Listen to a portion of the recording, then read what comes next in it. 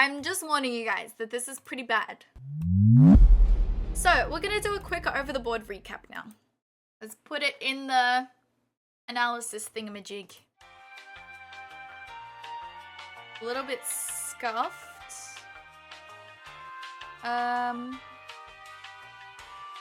Okay, so I'm playing in a tournament at the moment. We have one game a week. It's a round robin tournament, and I am currently, well, I won my first 2 games, and this is my 3rd game here that I will be showing you today. And I had the white pieces against a candidate master who's 1600. So I believe he earned his title through a tournament norm rather than through rating, because I think his peak is around 1800 or something like that. So yeah, at the moment he's 1600. Here, I start off the game with e4, and I did some preparation for this game, but for some context, I was doing a subathon for the 3 days prior to this game, so I was really exhausted on the day of the game. I didn't really do any preparation at all because I was just sleeping all day. I was so tired. So when I got to the board, I was 10 minutes late. I had an hour and 5 minutes to start with instead of an hour and 15 minutes, and in this tournament, we don't get any added time at move 40, so it's just 30 seconds increment added per move. We start with 1 hour and 15 minutes each, but I was 10 minutes late, so I started with less, and I kind of forgot what I had prepared, but I did thankfully remember it. But it meant that I took a lot of time over the board trying to work out what I was doing. So e4, c5, I played knight f3, and he played d6 here. I go for an open Sicilian by playing d4, and here basically just the idea is to strike in the center, trade off these pawns, and get a knight really nice in the middle of the board to start off with. So I take here, and then he plays knight f6. I get my knight out to c3, defending the e4 pawn over here. And then after this, he plays g6, and he's going into a Sicilian dragon here. And there are a few things that you can play against the Sicilian dragon, but it's definitely one of the sharper lines. So a lot of people now at the high level, they're not playing the accelerated dragon that much these days because they think that it's, you know, a lot of theory that's been worked out and white's just going to be slightly better in the end. But definitely at this level, it's completely fine. So here I play bishop e3. It's worth noting that bishop e3 here is perfectly fine, and you don't have to worry about knight g4 stuff, because if they go for this, there's bishop e5 check, and whatever they're blocking with, you're going to be winning material. For example, if they block like this, then you can take this on g4, and the bishop can't take because it's pinned to the king. So you don't really have to worry about knight g4 stuff when playing bishop e3 here, so you don't need to prepare it with f3. Okay, so next the knight comes to c6, and this knight is very active here. It's looking maybe at some point it could trade off and just control some dark squares in the center of the board. Next here, I play f3, because now here my idea is that I want to build up the pawns in the center, stop any knight g4 in the future, because now, for example, if I play another move like this, now knight g4 is actually a really good move because we don't have bishop b5 check anymore. And bishop on e3 suddenly has to move somewhere, and they'll probably end up stealing our bishop pair away from us. So this is why I play f3 here, just to stop knight g4 ideas, and also at some point we're preparing to push the pawns over on the king side. So after this, he plays this quite strange line that I saw in some of the online games, so I did prepare a line against it, but I kind of forgot what I was doing. When I showed up to the board, I was like, I actually don't remember what I prepared, so, but I could just play pretty logical moves here. So e5 here, it is a move, but it's a bit of an inaccuracy. You aim to kick this knight out of the center and eventually go for the d5 push and start developing your pieces very quickly. So bishop will come to g7 in your castle like this. So it's a little bit of an annoying line that I'd only seen a few times before. But here the knight goes back to b3. So you can also trade off here, but it's best to put your knight back on b3 where it can control some of these squares from afar. And basically your idea is going to be to stop them from pushing d5 and trading everything off and getting into an endgame here. Okay, so then he plays bishop e6 here, and clearly the point is that you want to push in the center. You want to start pushing down the board. If I'm not capturing back, there's threats of pushing forward with d4 and a fork, but otherwise if we're just trading everything off, my opponent just gets some active pieces. I'm going to find it hard to castle if everything is in the center, and I don't have too much of an attack. So there is a move that you have to play here, and this is the way that you hold the advantage, but it's not intuitive, and this is why I prepped this. Now, if you play something like Queen D2, which seems natural, like you want to play Bishop H6, you want to castle on the queen side. Now D5 is quite good, and black has pretty much equalized here after takes, and takes. You can trade off everything like this, but after castles and castles like this, black is completely fine here, and they've already equalized, and white's not playing for the advantage anymore. So I prepared this line earlier, and the move is Queen E2 here, instead of playing Queen to D2.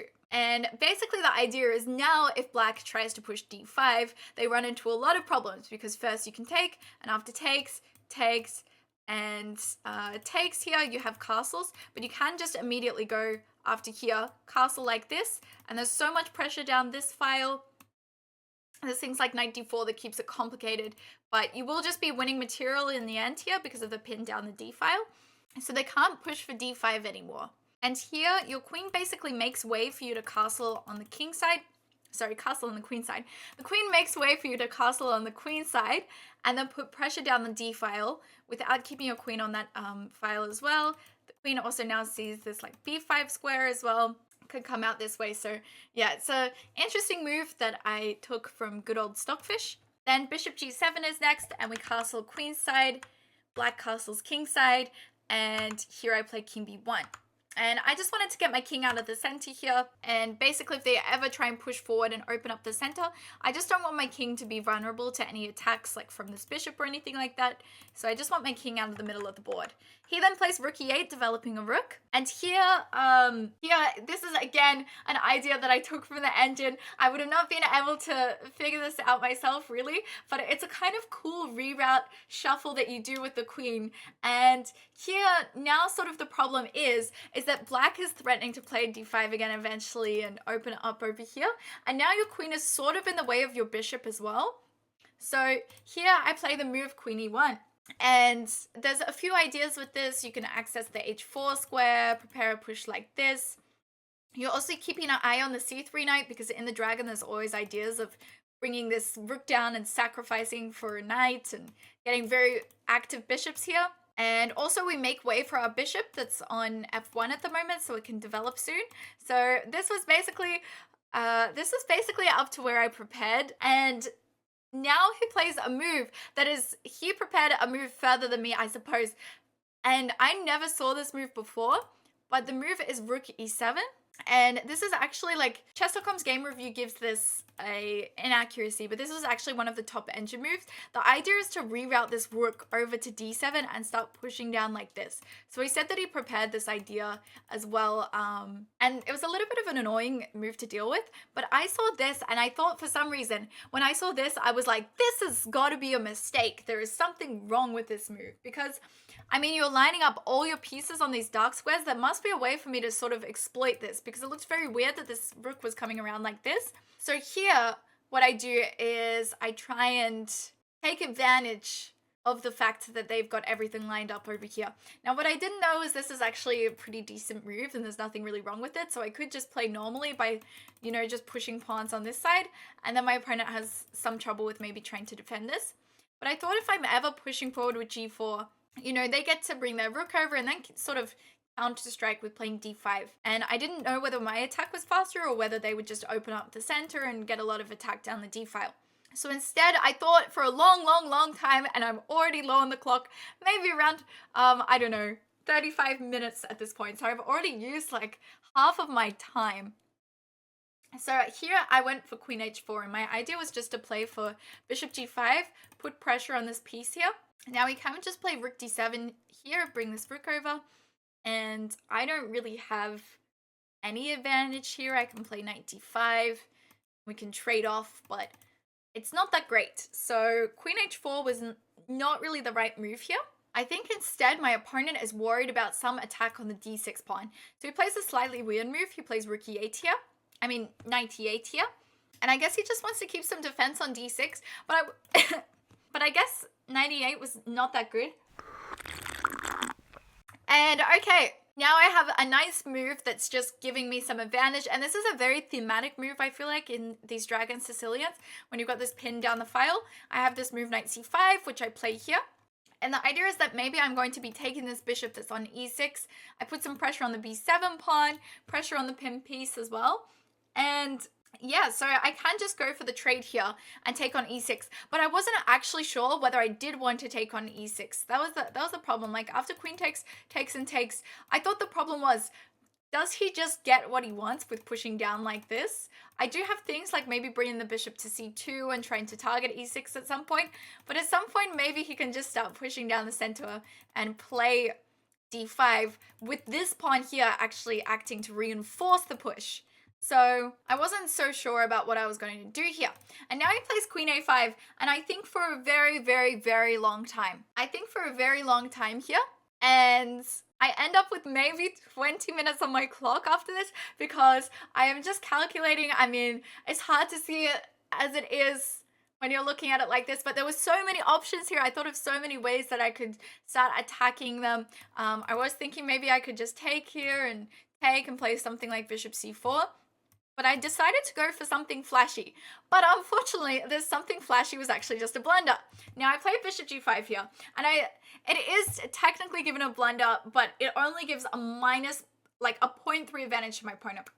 Now, here are the lines that I calculated. For example, if they take this knight that is hanging over here, either with the pawn or with the queen, I thought that I would jump in here and I would take their rook. They can take me back, but then I take two pieces over here, so I will be up the exchange. So I get a rook for a piece here. And I was thinking maybe they had ideas to trap my queen with something like bishop f6 or bishop f8, but my queen always has an escape square over here. So I thought, okay, if this line plays out, I'm completely fine. And I was right, that would be winning for me. And I also thought, yeah, same thing here. If takes, I would have the same thing, and here it would be even better because the c file will be closed, so they wouldn't have much to attack on. And then the one other thing that I calculated was a move that I thought was rather tempting. If they played f6 here, I'm just completely winning here because I can take on e6. And if they capture back here on g5, I have knight takes g5 and a huge attack on the king with the bishop coming into c4. And I thought this just looked really, really great for me here. And if they capture here, there's bishop c4, pinning the rook to the king. So I just thought everything here down this line, if they played f6, which looks very tempting because you're attacking both of these pieces at once, and maybe it just looks like it's winning initially. So I thought about this. Now, the reason why this is a mistake is because they can go queen takes c5, takes, and then play f6 here. And I thought if f6 was played, I would have something like knight d5, and then we're defending here. And this is what I calculated. And if they take here, I'm winning again after rook takes d5, and we'll be able to take this d6 pawn on the way out.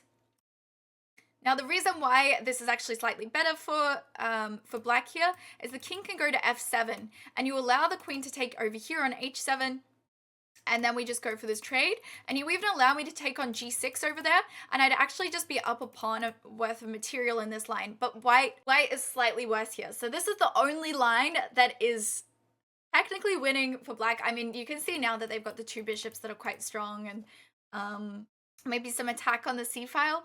But when I saw this from afar, I thought after f6 and knight d5, I would be completely fine there. But instead, my opponent blunders and plays this move f6, so now they are just losing.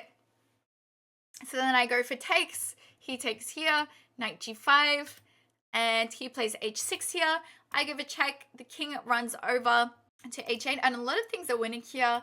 I can check with the knight. There's many ideas, but I decided to play bishop f7 here and just try and target the g6 pawn. I figured that after takes, and king moves, I can take this d6 pawn in the end and I'll be very happy here. And this is what happened on the board. We had check, takes, king moves there, and I take on d6. Now my opponent, instead of capturing here, they move their knight into d4. So they want to try and go for counterplay here and bring a knight into a really strong square and try and attack me with the knight. So here I'm up 4 points of material, an exchange, and 2 pawns. And so I'm much better. I just decided to go for some trades, so I trade off the pieces. And here I decided I want to put my knight on a strong square in the middle of the board here and play knight d5. But here I'm already very, very low on time. And I think at this point I maybe have around 10 minutes maybe a little more. No, not 10 minutes, maybe like 15 minutes or something like this. So I'm already getting really, really low on time, which is a problem because my opponent has a huge amount of time. They maybe have 45 minutes or something like that. So the problem is when I'm getting into time pressure, that's when I start to blunder. So yeah, here I play knight d5 here, and this is a good move because I put my knight in the center. Here they play rook e6, and what they're wanting to do is try and bring their rook in to try and checkmate me over on the a file. So they're just going for basically anything they can do to go for an attack. I play rook d3 here. Idea is to try and double up the rooks, and also if they play something like rook c6, I can play rook c3, or even if they go rook a6, rook a3 here, I can sort of just go for some trades here. It gets a little complicated after something like this, but you can just take here on a6 if you want. So here, after rook d3, he plays rook c6, attacking my c2 pawn with 2 pieces here. And then I play rook c3, looking for the trade, and he plays rook a6 now. And yeah, I actually didn't like rook a3 too much because I felt like it allowed him a lot of counterplay to maybe just come in and start attacking c2. And I thought, like, even if I take here, he takes on c2 first. I mean, I'm probably fine, but he even gets in and starts getting to take pawns on g2 and stuff. So I didn't really like this too much. So instead, I just went for a3 here, which defends the checkmate that they were threatening on a2. And also means that the queen can't come into d2 either. Next, my opponent plays knight b5, and now they're thinking of all these ideas like sacrificing the knight and going for the checkmate here. And here, I start to get like a little worried that suddenly they maybe have a lot of counterplay like this. But here, I just go rook d3, making sure I'm still defending here.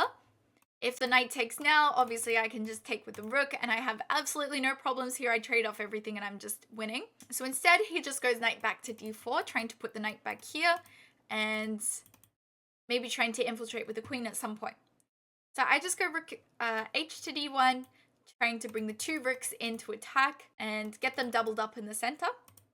Then he plays b5, and here I'm just looking for a way to trade off the queens. So I was like, okay, if I go for queen e7, then bring the queen down to g5, I think that's a good way to both centralize my queen, bring it into this side of the board where all the action is happening, and also offer the queen trade as well.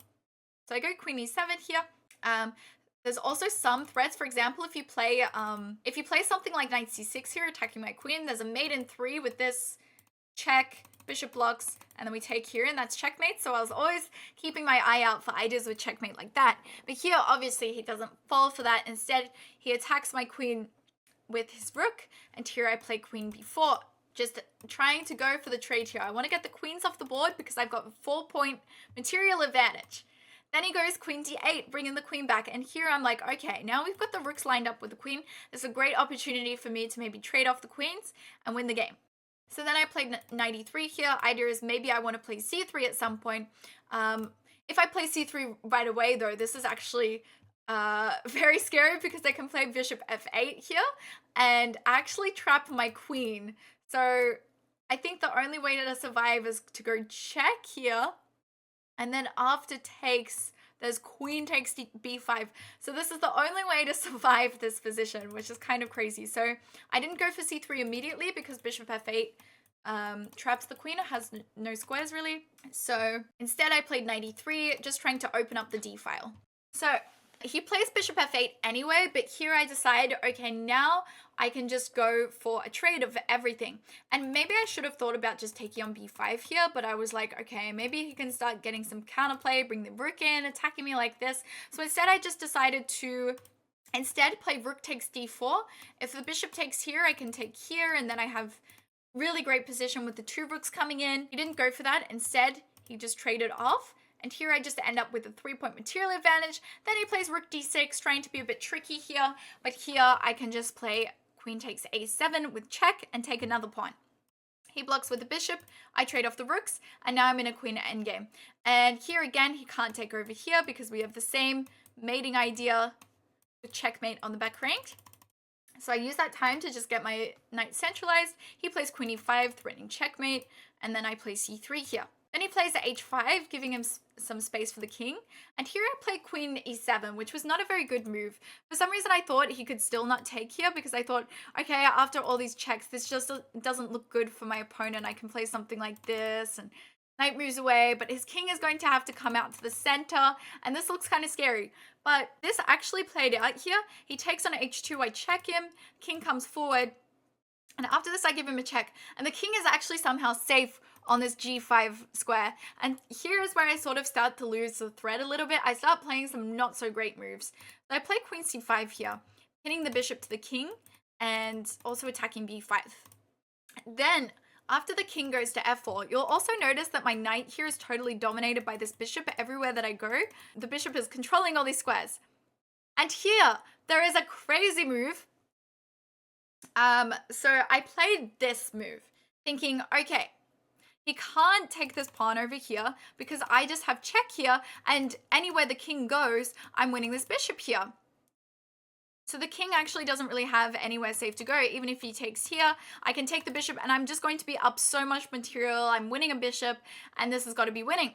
But what I missed here, after knight c7, he could actually do this and sacrifice the bishop for a perpetual, which I didn't see. So after this check, king takes, if I take the bishop here, there's queen f1, king a2, and then there's just a perpetual here that I totally missed with this pawn on b5 defending. But my opponent also did not see this and was like, I'm not going to give the bishop up. I think like after he saw here 96, he just stopped analyzing and didn't see any further because he's going, okay, I'm losing a bishop in that line. That can't be good. And so instead he plays check and my king goes up to a2. He takes, I take, and the king now goes over to e3. I give some checks. And suddenly the king is sort of walking in, but I'm picking up more pawns. I play queen b3 here. This is a very important move because if I do literally anything else, there's actually a checkmate over here. So he's a little bit resourceful. If I try and just push the passed pawn, he checkmates me here. So I have to play queen b3 so I don't get checkmated. And then here I start pushing the pawns. But here I start letting him take some pawns. And then I play queen d5. And again, I'm like, why did I play queen d5 here? Because now I have no useful checks after the king goes to c1. And again, he's threatening checkmate on b2. So I have to go back to b3 to defend. But this allows him to capture on f3. And here, I analyzed for a long time, is c4 just winning here? And yes, it is. But in this line, I was looking at, okay, but here we both get queens. And do I really want to let my opponent get another queen? And the answer is obviously, if you look at this now, this is perfectly fine for me. I'm just up 2 pawns. It's like the queens died and then they were reborn again. But when I was analyzing, I have so little time on the clock right now. I have about 5 minutes and I'm thinking I don't want to go into this long line where I'm trying to calculate us both creating queens. Is there a check that I'm missing? Is there something wrong? So instead I go for e6 and he has a move which is really nice. He's threatening queen v1 checkmate. And here I just start panicking. I'm like, oh, he's put me in zugzwang. I have no moves. For example, if I try and move the queen somewhere to like give myself some free space for the king, check, and here, and then I'm losing the queen. And if I don't move the queen and instead try to push here, I get checkmated and won over here. So there was a lot of very scary things there. Now, for some reason, I looked at a4, and for some reason, I thought this was still checkmate over here. So this is what happens when you sometimes start seeing ghosts. I completely forgot that I could play a4 and run my king here. So now I think I just panicked. And the one thing was, there was a lot of people watching my game at this point, and they were all sort of like looking at the ball like, they made this like sort of, like there was a couple of people like that made this noise like, and I was like, oh, that means I'm losing. Like they see that I'm just lost. So then I think I got in my mind that there was no move because everybody was watching, and like they made this sort of noise, and I was like, I'm lost now. I'm just losing. So I do find one move that, okay, this move is still fine. It is still okay, but now it is equal. So this is the only other move that is not blundering a bunch of material. Now you can go into this line again after this, but in this one, at least I'm not losing my queen. White is still actually better here. But yeah, queen b4 was not the right move. I needed to play a4, and for some reason I just didn't see it. I was just in a panic mode, and here queen takes e6 happens. He takes my pawn. Thankfully, I'm still a little bit better here, but it's going to take a little bit of work. I play c4 here, blocking the queen off, and here he plays g5. And now I'm like thinking I'm very low on time.